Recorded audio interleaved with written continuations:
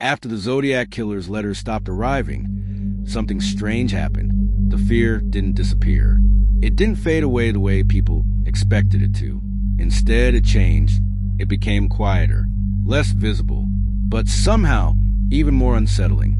Because now, the question was no longer what he would do next. The question was, where did he go? For years, investigators continued to search for answers, going back over every detail, every piece of evidence, every statement that had ever been recorded. They believed that somewhere within all of it, there had to be something they missed, something small, something overlooked. But the deeper they looked, the more confusing the case became. Because unlike most investigations, this one didn't suffer from a lack of information. It suffered from too much of it. There were fingerprints collected from certain scenes. There were witness descriptions that seemed useful at first. There were letters written by the killer himself, filled with clues, codes, and threats. And yet, none of it came together. Investigation board filled with photos, fingerprints, notes, and red strings. Dark detective room. It was as if the Zodiac Killer had designed the entire situation to be just clear enough to follow, but never clear enough to solve.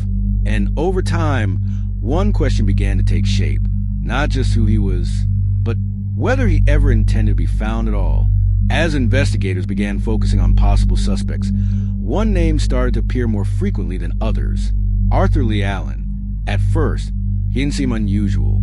Just another man living in California during the time of the attacks. But as details about his life began to surface, the similarities became harder to ignore. Allen had a troubled past. He had a criminal record. He had connections to locations that were relevant to the case. And perhaps most concerning of all, there were reports that he had made disturbing statements in the past. Statements that suggested he had thought about committing acts similar to those attributed to the Zodiac Killer. To many investigators, this was more than coincidence. It felt like a lead, a real one. As the investigation into Allen deepened, authorities began to build a case around him, examining his movements, his history, and his possible motives. People who knew him were interviewed. His belongings were searched. His behavior was analyzed. And for a moment, it seemed like they were getting closer. But then, the evidence began to fall apart. The fingerprints collected from the crime scenes did not match his. The handwriting from the Zodiac letters, when compared to samples of Allen's writing, showed clear differences. There was no physical evidence that could place him directly at any of the confirmed crime scenes. And in a case like this, that mattered more than anything else. Despite years of suspicion, despite the attention, despite the pressure to find answers, Arthur Lee Allen was never charged. And that was the pattern. Not just with him, but with nearly every suspect who followed. Because Allen wasn't the only one. Over time, dozens of names were brought forward. Some by investigators, some by journalists, some by independent researchers who believed they had uncovered something new. Each suspect seemed convincing at first. Each one had something that made them worth considering. Some had military backgrounds that suggested they could handle weapons. Some had knowledge of codes and ciphers, which connected them to the Zodiac's letters. Others had geographic ties to the locations where the crimes occurred. But no matter how promising a suspect seemed, the same problem kept appearing. There was always something missing. One of the most frustrating aspects of the Zodiac case was the possibility that the killer understood how investigations worked, not just in a general sense, but in a way that allowed him to stay ahead. The way he communicated, the timing of his letters, the information he chose to reveal, all of it suggested a level of control, a level of awareness. It was as if he knew exactly how much to say and exactly what to leave out, enough to keep people interested, enough to keep the investigation alive, but never enough to give himself away. Even the ciphers he sent became part of that strategy. Some were eventually solved, revealing fragments of his thoughts, hints about his personality, and glimpses into how he viewed his actions. But others remained unsolved for decades. Even the ciphers he sent became part of that strategy. Some were eventually solved, revealing fragments of his thoughts, hints about his personality, and glimpses into how he viewed his actions. But others remained unsolved for decades. At some point, investigators were forced to consider a possibility that was difficult to accept.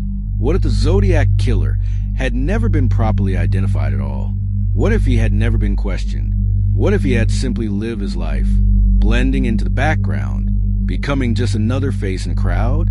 That idea changed everything, because it meant that the answers might not be hidden in the evidence. They might be gone entirely. Another mystery that continues to linger is why the Zodiac Killer stopped.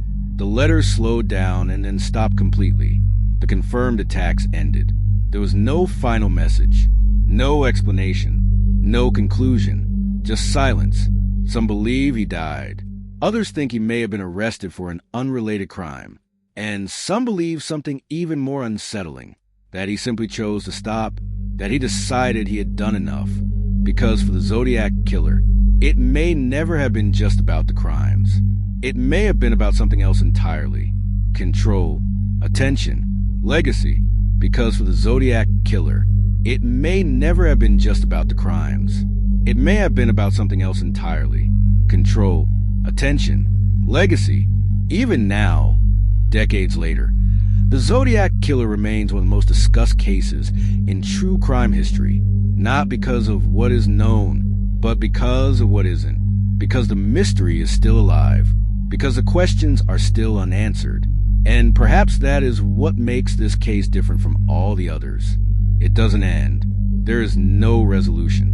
No final moment where everything becomes clear. Only the possibility that the truth may never be known.